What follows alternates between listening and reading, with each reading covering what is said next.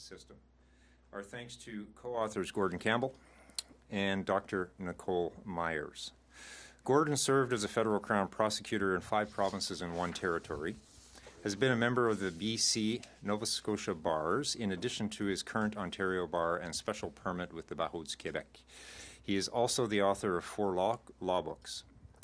Dr. Myers is an associate professor and criminologist at Queen's University, and her expertise and perspective greatly informed our report and recommendations. Together with these experts, we developed our discussion paper and recommendations titled Smart Bail Initiatives, a Progressive Approach to Reforming Canada's Bail System. And if you haven't picked up a copy, we do have some available en français and en anglais here to take away with you. Last week, as part of the summer 2023 meeting of Canada's premiers in Winnipeg, we hosted a breakfast panel with subject matter experts from across the country to discuss a progressive approach to bail reform, with many of Canada's premiers and policymakers in attendance. Over the past year, the conversation has taken on a new dimension, with several high-profile and violent crimes committed by individuals on bail and the unfortunate on-duty deaths of numerous police officers in Canada under similar circumstances. As you can imagine, bail reform matters a great deal to our members, who faithfully serve our communities and are often at the front lines of Canada's justice system. We hear their frustrations about accused persons who have been released on bail and continue to commit repeat violent crimes while awaiting trial. Canadians as well are concerned that our justice system is not keeping our communities safe. A December 2022 Polaris Strategic Insights survey of 2,365 Canadians found that 75% agreed that governments must do more to address repeat violent offenders. Facts matter, and those facts show that Canada's current bail system needs repair. Since 2005 to 2006, there are more people in pretrial detention than convicted and sentenced to provincial custody.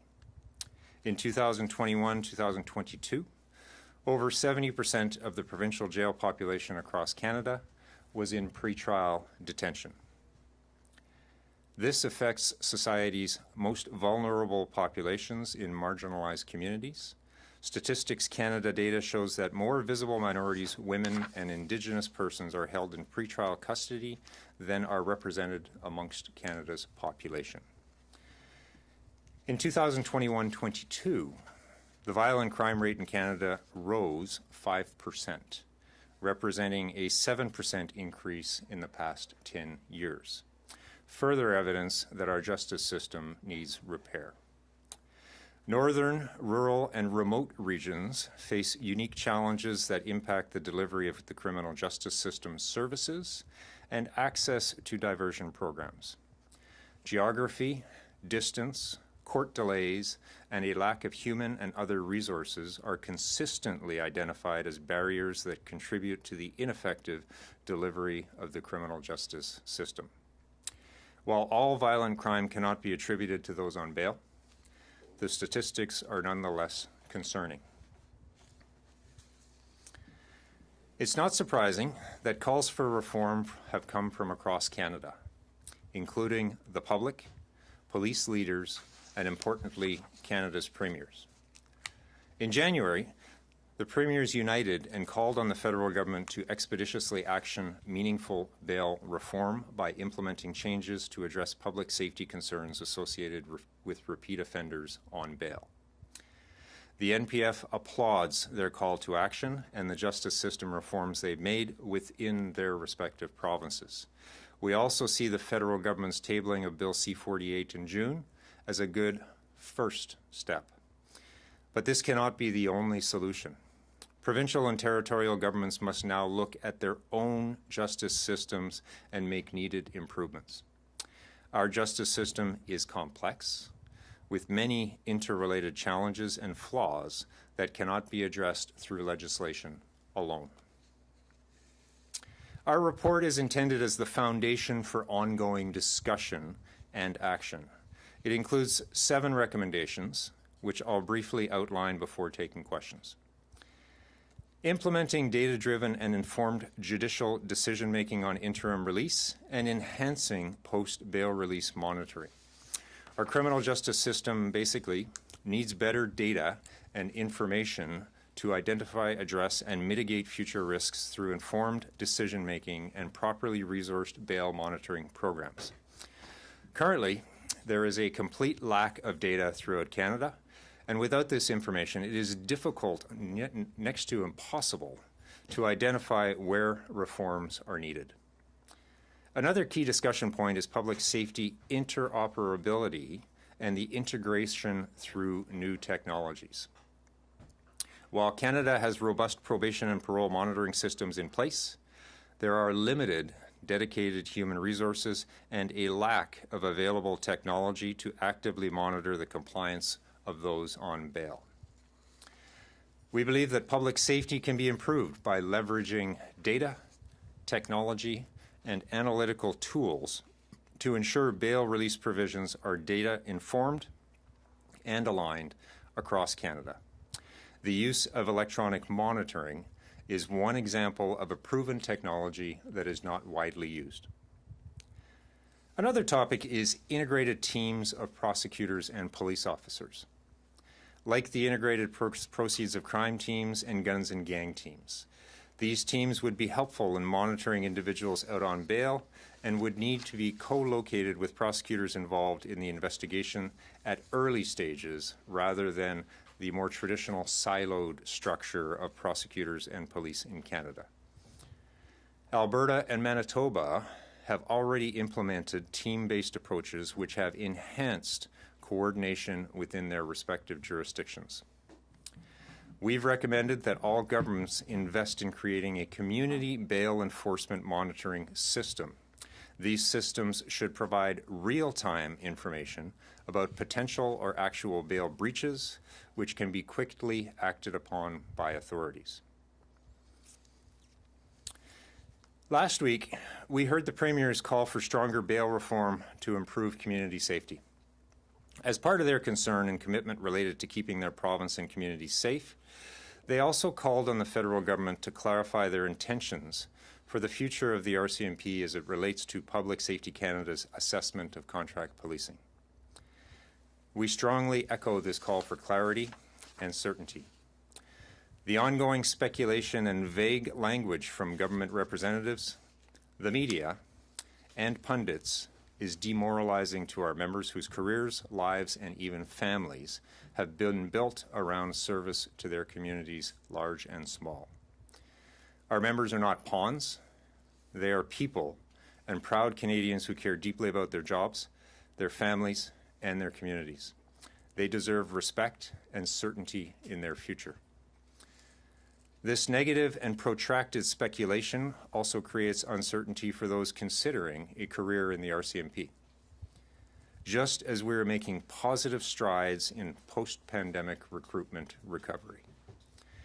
And so today we have two asks that all governments, including provincial and territorial, commit to smarter bail reforms that go beyond legislation, and that the federal government immediately clarify the ongoing contract policing assessment and its intentions.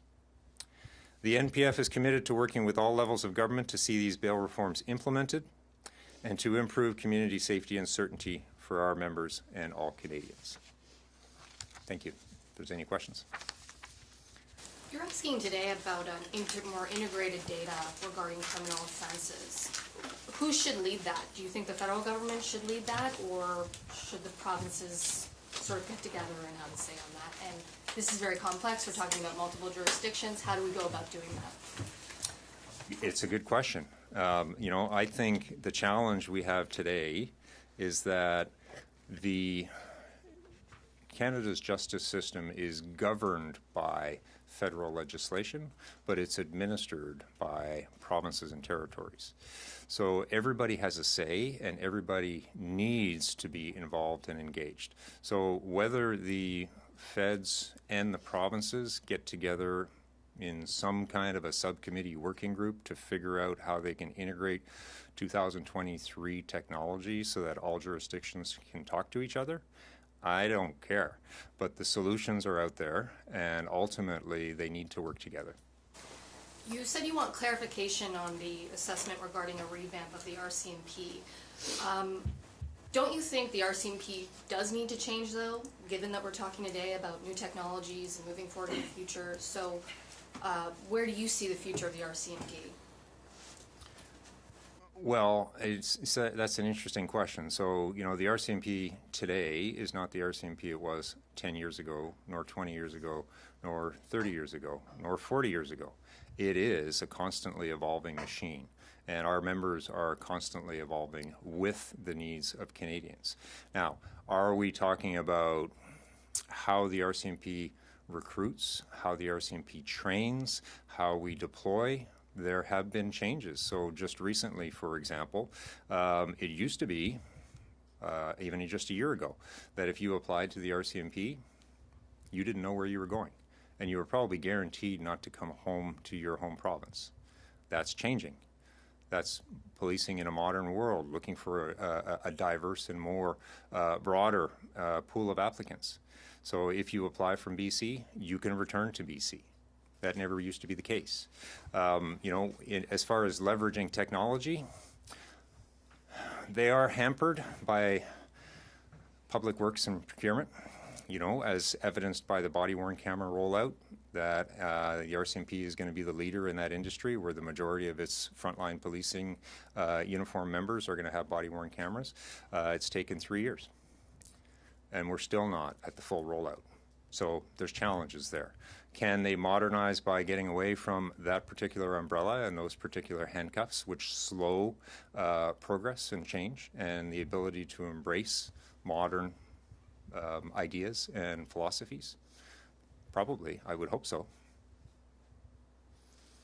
Do you have an issue with resources when it comes to implementing some of these ideas that you want for bail reform, talking about integrated teams of police officers, given the recruitment issues that many police forces are facing? How realistic are these ideas? Well, I think it's similar to, if you go back to 2020 and 21, when there was a big discussion about defund or detask the police. So we are the last first responder standing in Canada. We have become everything to everybody for everything. And unfortunately, different levels of government have chosen, they're starting to look at it, but have chosen not to implement other initiatives to take the load off the police officers. So back to mental health calls or people in crises calls. There's a lot of technology out there, and the ability to implement that technology to reduce the call volume on police officers on the front line. So similar to smart bail reforms, if we implement and we start using better technology and better data processes, ideally we would end up with fewer calls for service to the frontline police service. And I noticed, at least in the recommendations you're outlining to us today, you're not touching on reforming the law in any way, or you know, changing anything in the criminal code. Is that something you have looked at, or? Well, that process has already begun. You know, the feds have started with Bill C-48. We'll have some input on that when it comes to committee, if it ever gets to committee, and when they come back in the fall session. So once we get there, we'll have an opportunity to discuss that. But that's a start. And as I mentioned earlier, the bail system in Canada is governed by federal legislation, but it's administered at a provincial level. So the premiers in each province have a responsibility to administer the justice system appropriately and resource it appropriately within their own provinces. Brian? If I could just ask, if you, we really appreciate your questions. If you could state your name and your media outlet before your question, just for our record, we'd appreciate it very much. Thank you. I don't know you all, but I do know Tonda. Hi, Tonda. Well, I just actually on the idea of turning the RCMP into a mainly federal policing agency with all the other stuff. The MCC recommended essentially that, didn't they? Like the exactly what's happening, the exploration of this through talks and with the eventual eye on it turning into this. So can you talk about why you don't think that's the route the RCMP should go? Well, I mean, Especially given the MCC report. well, I'm glad you brought up the MCC. And whenever someone brings up the MCC, I have to remind them that we were a full-fledged participant in the Mass Casualty Commission. We were there for most of the proceedings. And I also remind them that in the executive summary and the chairperson's opening remarks, it clearly says that no police agency could have ever prepared or planned for this particular event. That being said, it could have happened in Denver, it could have happened in Ontario, it just so happened in an RCMP jurisdiction, and it became an examination of the response of the Bible Hill Detachment and the Nova Scotia RCMP to that event. So, recommendations out of the MCC. No, I don't read it as the RCMP should get out of contract policing. I do read it as the governments of Canada should look at their public safety continuum and see where they can deploy resources and fund resources most appropriately so that everyone is taken care of the way they expect to be taken care of. And again, back to one of the recommendations out of the MCC, for example, is Bible Hill Detachment was an established strength of 6 police officers. For almost a decade, the province of Nova Scotia allowed them to run with 4, and they kept 2 positions frozen. So one of the recommendations out of that was you can't do that anymore. If you have 6 positions authorized, you will fill 6. Improving the response times. Back to the call to the federal government about clarity and certainty on the future of contract policing, and to the RCMP about being able to fill the vacancies in those contract roles. And we already are the FBI of the North. We're actually the FBI, the DEA, the ATF, Homeland Security, as well as the U.S. Marshals and the Secret Service.